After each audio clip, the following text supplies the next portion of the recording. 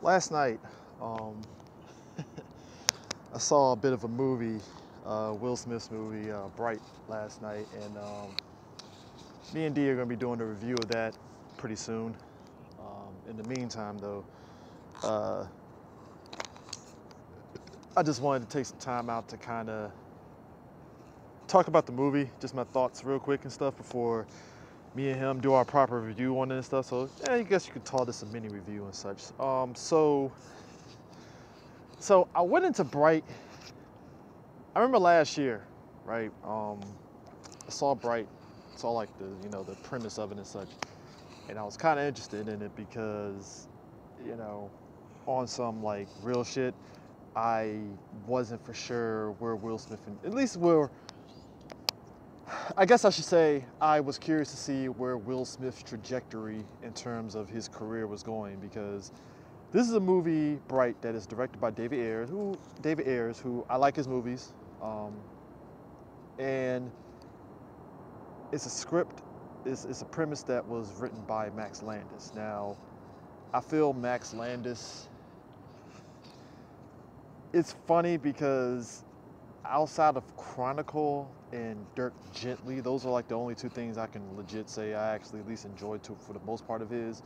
But a lot of his other materials, it feels like it's a lot of high concepts, but the execution is just shit. So, and that even includes some of the stuff that he did with his ideas with Power Rangers. It was just it feels like it's edgy for the sake of being edgy, and it's kind of like weird. So, with this premise of this movie and stuff, I guess you could say, don't, I want to say ignore the reviews that are being very negative about it. I'm not saying that on some like, oh, everything should be positive. No, I'm saying it because there's this microcosm of just like people that everything is either bad or it's good, right? It can't be one. It can't be in the middle. Bright is a movie that's strictly in the middle. It's not bad, but it's not good. It's just a decent movie. Here's why it's a decent movie. The problem with Bright is they give us this world, right? The premise of Bright is we're in a world where you have orcs, elves, dragons, and things like that interacting with humans in this world, in this alternate reality, right? And you are interested in this world that they establish. Because bear in mind too, Bright takes a lot of stuff from Alien Nation, and it's like you take 48 hours, end of watch, and you splice with Alien Nation. And if you're a kid person that watched Alien Nation, you're basically going to understand where I'm coming at with this. They give you this world, it's interesting, right? The problem is we have a plot that's very standard plot, but you're still interested in it and such. So you're interested in this world, but then the plot ends up kind of interfering with this world that they established. So what you have is you're like, man, I want to see more of this world. I want to see more of how this happens. Because there's a part in the movie where there's a dragon literally flying over LA. Just in background, it's like an open shot. We're seeing LA and stuff, and we just see a dragon flying. And you're like, oh, that's actually pretty dope. Can I get more of how this dragon interacts with regular people? Can I get that? And we never do. We see a fairy interacting, but it's like, I want to see more of that.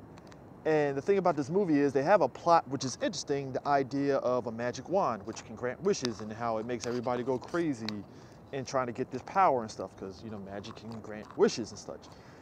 Again, interesting plot. But the interesting kind of like idea. The plot itself, though, is just standard. Nothing new, nothing crazy ridiculous and such. So, in essence, what you have is a movie that's just by the books. It goes from this interesting magic world to standard action fare, which the action is fine for what it is and such, but at the end of the day, that's why this movie ends up being decent, because you're more invested in the world that this movie established than the actual plot itself. And even the plot itself has ideas that's based on this world that's being established.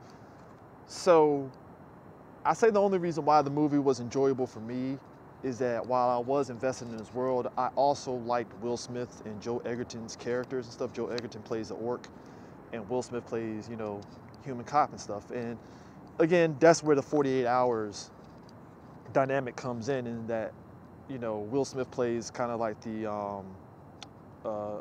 shit, what the fuck, Nick Nolte's character, where he's just like, hey, I don't like you, you don't like me, but we gotta sit there and work together and stuff, whatever. Joel Edgerton, he's playing the orc who, you know, he's the kind of the minority hire, you know. And, you know, a lot of the other orcs fucking don't like his ass and shit. And cops don't like him because, oh, he's a minority hire. And I kind of knew straight away where they were going with this and stuff. And I didn't want to from the trailer, but the movie really heavily implies that the orcs are kind of like the fucking blacks of this world and stuff, you know. And it's just, it's very, when you see the movie, it's very hokey in that sense. Like, they try to play everything straight, but you can't help but look at everything so hokey. Because like I said, as I mentioned before earlier with the aforementioned dragon, it's like it's there and it's like, okay, but then you have the orcs dressed up in gang colors and, you know, showing the, you know, like, oh, bang, bang, you know, that shit. And it's like, okay, you know, and again, it's an interesting concept, but it's just, you know, it's just like, yeah. And the funny thing is, too, about this film is I find it amazing that this movie came out on Netflix. It's coming out in theaters too. It's an interesting experiment, but as much as this movie visually does look fine for what it is, it looks like a very fine movie, it does look like something that should have been on like the Sci-Fi Channel, you know. And I mean, that's not a slap against it, because I think there have been some movies on Sci-Fi that are actually not bad, you know, but they weren't something that I would pay $13 in the movies for. And Bright is one of those movies that I inherently wouldn't pay $13 to go see. It's a decent enough movie. It's nothing, it's not bad, it ain't the worst, you know, but like I said, people are gonna throw that on there anyway. But like I said, Will Smith's and Joel Edgerton's, their charisma is kind of what kind of keeps you glued to see what happens to them and such. And like I said, the special effects are pretty decent for what it is and such. It's just overall, I think Bright is one of those movies that I don't think it's going to piss you off. You're just going to be like, oh, well, that happened, and that's about it. That's to the extent of where that movie is for me. So I know me and Dee are going to probably go into it and such, but I just want to kind of throw my 2 cents out there and do like kind of a mini review and stuff. Like I said, I gave it a 3 out of 5. I think it's a decent movie. It ain't nothing that's like the greatest thing ever, but it's like I said, it's a decent watch and stuff. You know, I see why it's on Netflix and it ain't like a big blockbuster. I could foresee this movie bombing just on the strength of the fact that there's so much good stuff out here. Because I mean, think about it. This weekend, you got the Jumanji movie, you got that P.T. Barnum movie that's supposed to be coming out, and you still got Last Jedi, which is probably going to fucking second weekend is going to probably rake in $100 million anyway. So it's just so much stuff, and I can see how Bright can kind of get buried in the midst of all that. So yeah, would I recommend Bright? Check it out on Netflix. Can't hurt.